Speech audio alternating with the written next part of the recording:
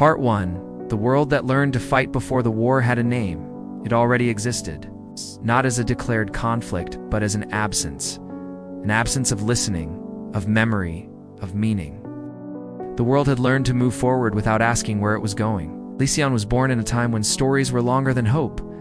Children grew up hearing tales of past glory, of gods who once walked among men.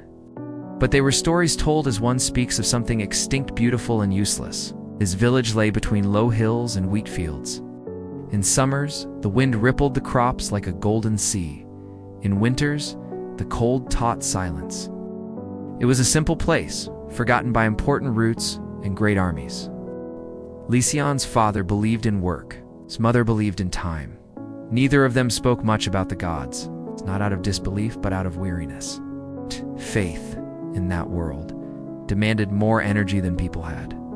Still, Lysian felt something. Whenever he passed the small stone shrine at the village entrance, there was a tightness in his chest, as if something watched him in silence. He didn't understand, he only felt. The statues were worn, the faces almost erased by time and rain. No one left offerings anymore. The flowers dried at the feet of the forgotten gods, replaced by dust. They don't listen anymore, the elders would say, or perhaps they never listened. Lysian grew up among such phrases. He learned early not to expect answers. The world worked better when no one asked too much. The war arrived first as rumor, then as a demand. Armed men passed through the village asking for grain, shelter, sons. They said it was to protect the kingdom. They said it was necessary. No one fully believed, but everyone obeyed. The day Lysian left had no long goodbyes. His mother hugged him in silence.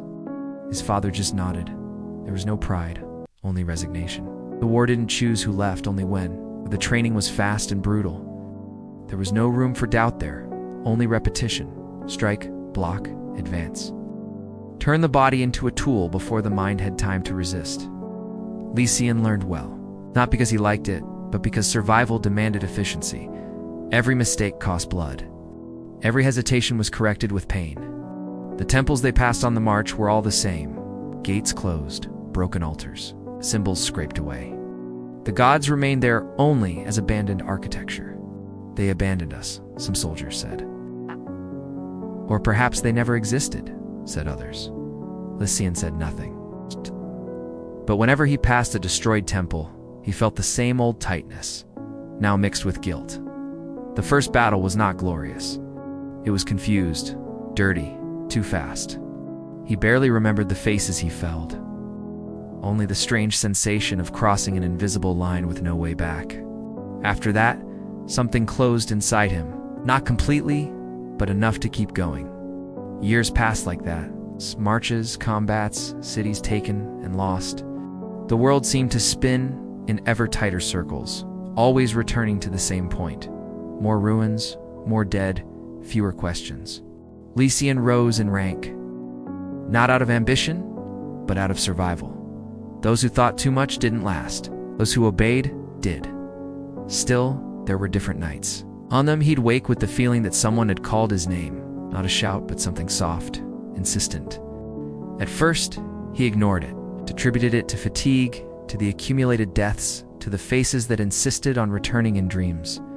But the call persisted, and with it, disconnected images, fire that didn't consume, light that didn't warm, kneeling shadows. During a crossing through devastated lands, Lysian stopped before a larger temple. The doors had been torn off.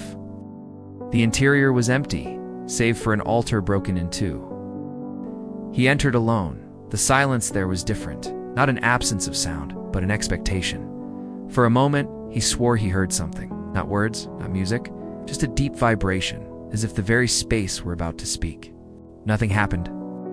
But upon leaving, Lysian knew something had awakened.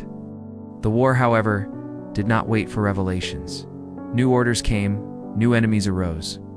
And the world continued doing what it knew how to do best: repeat its mistakes with conviction.